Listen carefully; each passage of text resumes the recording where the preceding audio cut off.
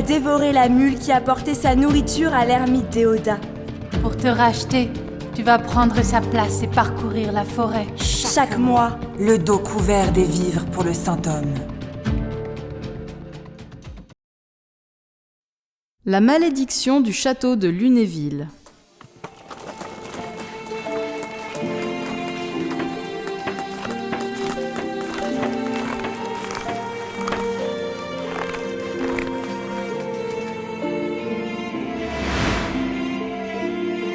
Promesse d'un mariage assuré. Par ce pacte, notre avenir est scellé. Si par malheur le pacte venait à être rompu, dans les flammes à jamais nous serons perdus.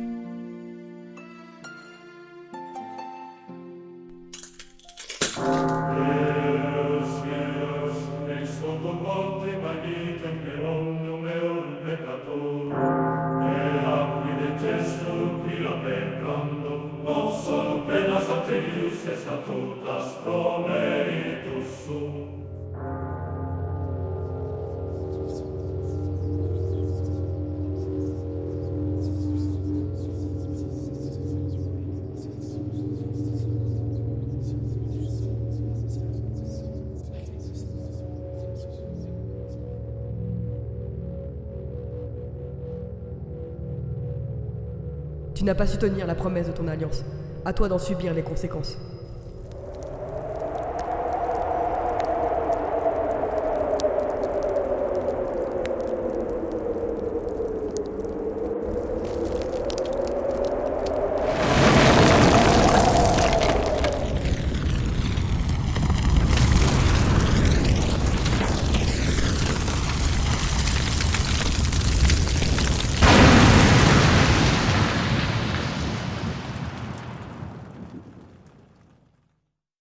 Le lac de la Mai. On raconte que ce lac sans reflet, d'un noir plus profond que celui d'une nuit sans lune, serait apparu en une seule nuit, engloutissant d'un seul coup un village et tous ses habitants. Par certaines nuits calmes, on entendrait encore aujourd'hui retentir le violon de celui qui les a tous menés à leur perte.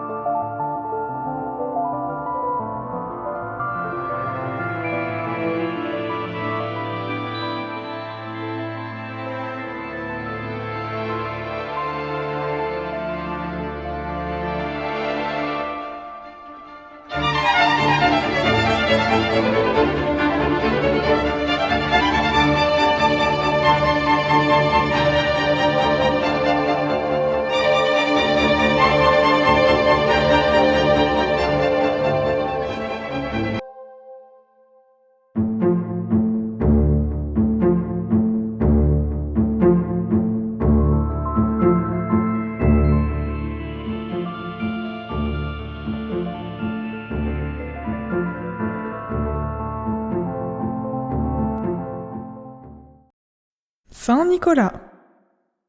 Il était trois petits enfants qui s'en allaient glaner au champ. Ils sont allés chez le boucher. Boucher, voudrais-tu nous loger? Entrez, entrez, petits enfants, y a de la place assurément. Ils n'étaient pas plutôt rentrés que le boucher les a tués. Les a coupés en petits morceaux, mis au saloir comme pourceaux. Il était trois petits enfants qui s'en allaient glaner au champ. Saint-Nicolas, au bout de 7 ans, vint à passer dedans ce champ. À la frapper chez le boucher. Boucher, voudrais-tu me loger? Entrez, entrez, Saint-Nicolas, y a de la place, il n'en manque pas. Il n'était pas plutôt entré qu'il a demandé à souper. Il était trois petits enfants qui s'en allaient glaner au champ. Voulez-vous un morceau de jambon? Je n'en veux pas, il est pas bon. Voulez-vous un morceau de veau? Je n'en veux pas, il est pas beau. Du petit salé, je veux avoir, qu'il y a 7 ans qu'est dans sa Loire. Quand le boucher entendit ça, hors de sa porte il s'enfuya. Il était trois petits enfants qui s'en allaient glaner au champ. Boucher, boucher, ne t'enfuis pas, je suis le grand Saint-Nicolas. s'élèvent tous les trois. Le premier dit j'ai bien dormi, le second dit et moi aussi. Et le troisième répondit je croyais être au paradis. Il était trois petits enfants qui s'en allaient l'année au champ.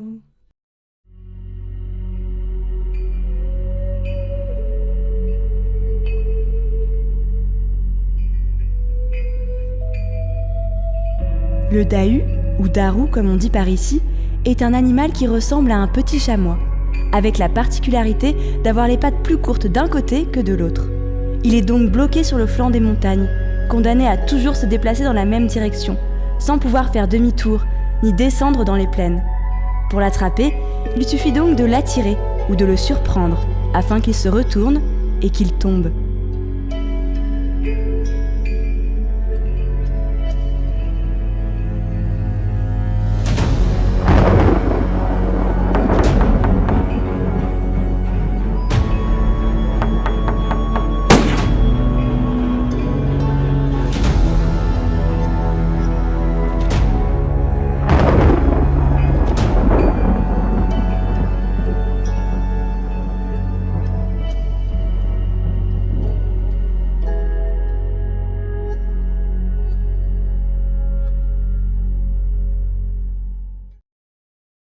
De toutes les fées qui vivaient dans la région de Gérardmer, Polybote était la plus puissante et la plus redoutée. Elle habitait la montagne de Némon, dans une grotte au cœur de la forêt de Martinpré. Elle avait mauvaise réputation, car sa méchanceté s'était exercée à plusieurs reprises aux dépens des paisibles Géromois.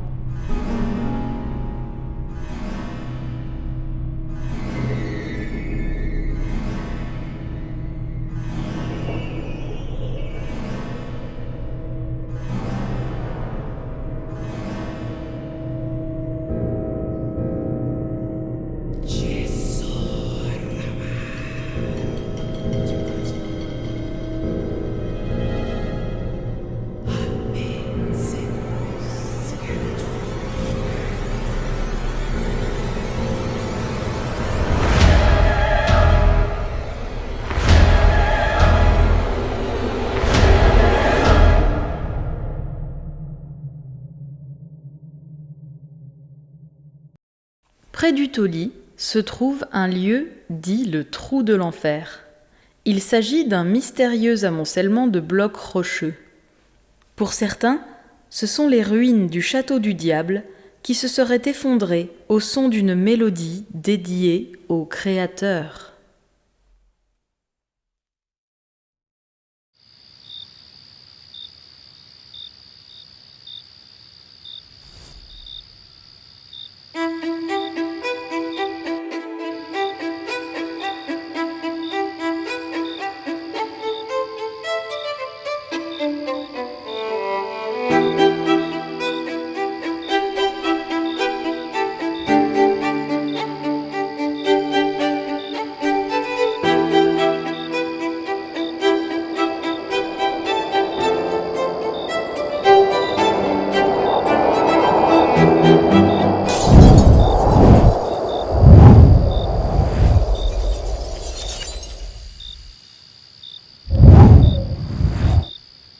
Tu joues bien, jeune violoniste. Viens ici demain, viens jouer dans mon somptueux bal. Tiens, prends cela.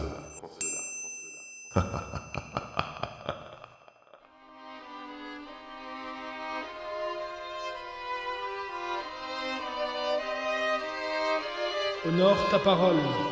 Mais ce soir, mon fils, lorsque tu te sentiras las, entame Veni Creator.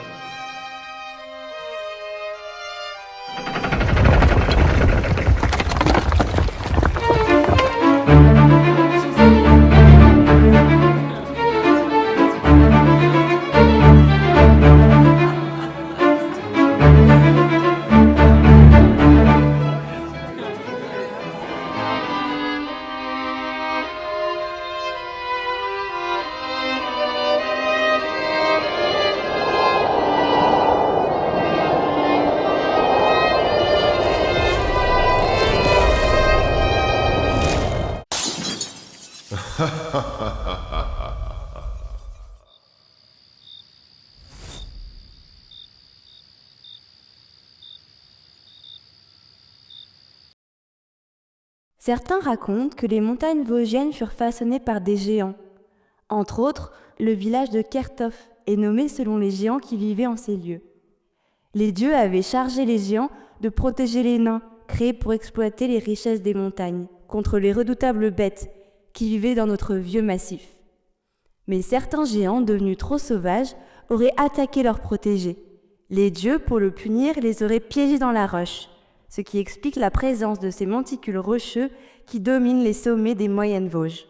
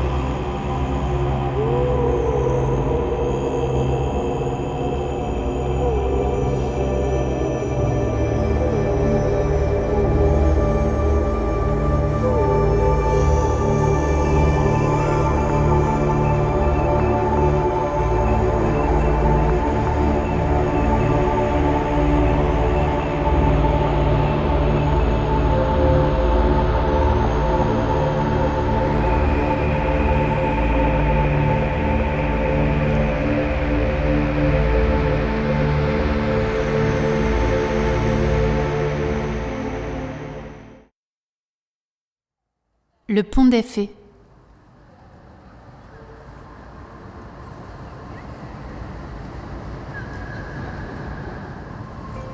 Mon enfant, je te destine à un grand avenir. Tu connaîtras la richesse et le pouvoir. Mais souviens-toi, jamais l'amour ne devra te toucher. Un baiser et tout s'évanouira.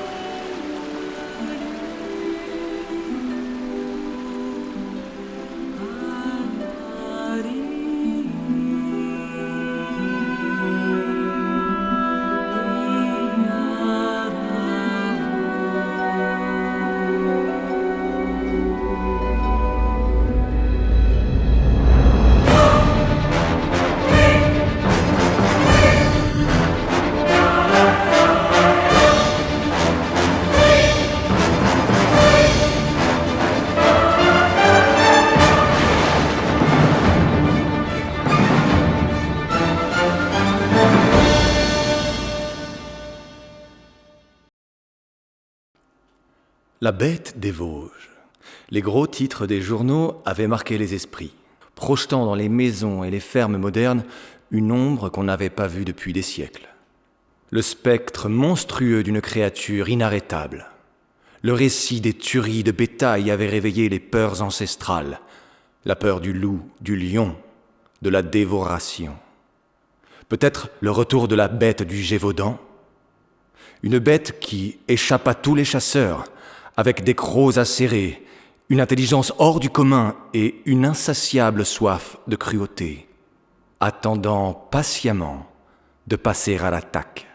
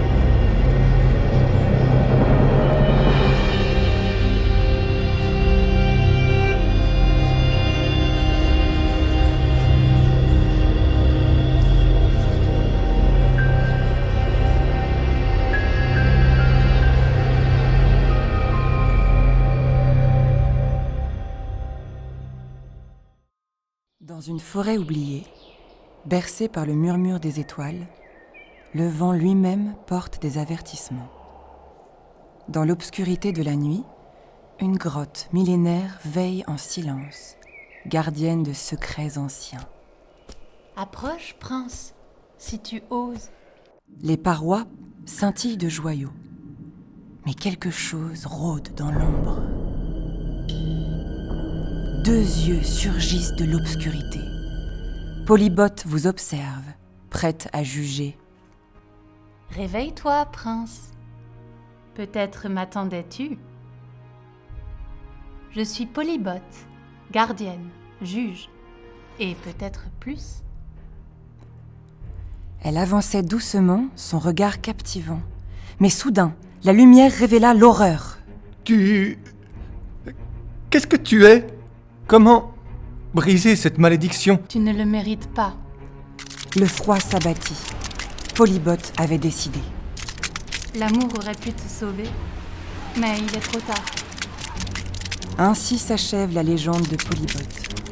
Une beauté maudite et un avertissement.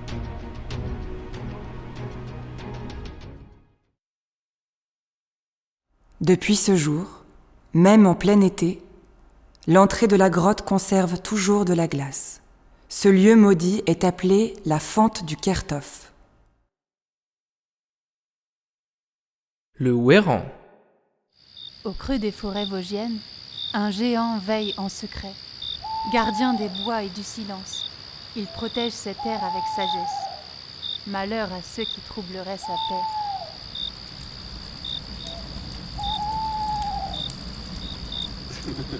J'en ai une. Qu'est-ce qu'un yaourt qui court dans la forêt? Un yaourt nature.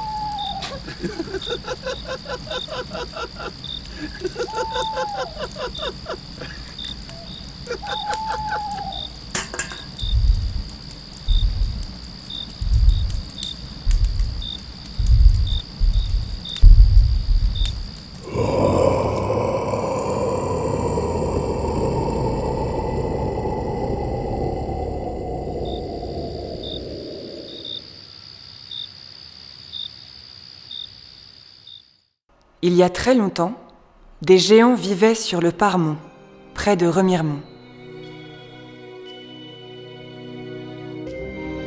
Une petite fée, qui était tombée amoureuse de l'un de ces géants, aurait un jour décidé de gravir le Parmont pour lui déclarer sa flamme.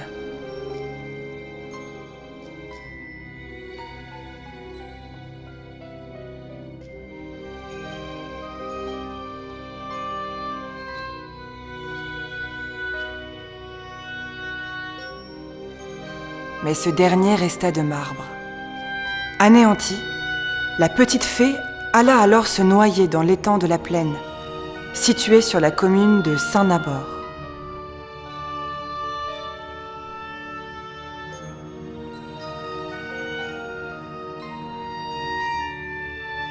Selon la légende, elle reviendrait parfois hanter les lieux, notamment durant les longues nuits d'hiver, errant dans la campagne autour de l'étang et montant au Parmont pour tourmenter le géant.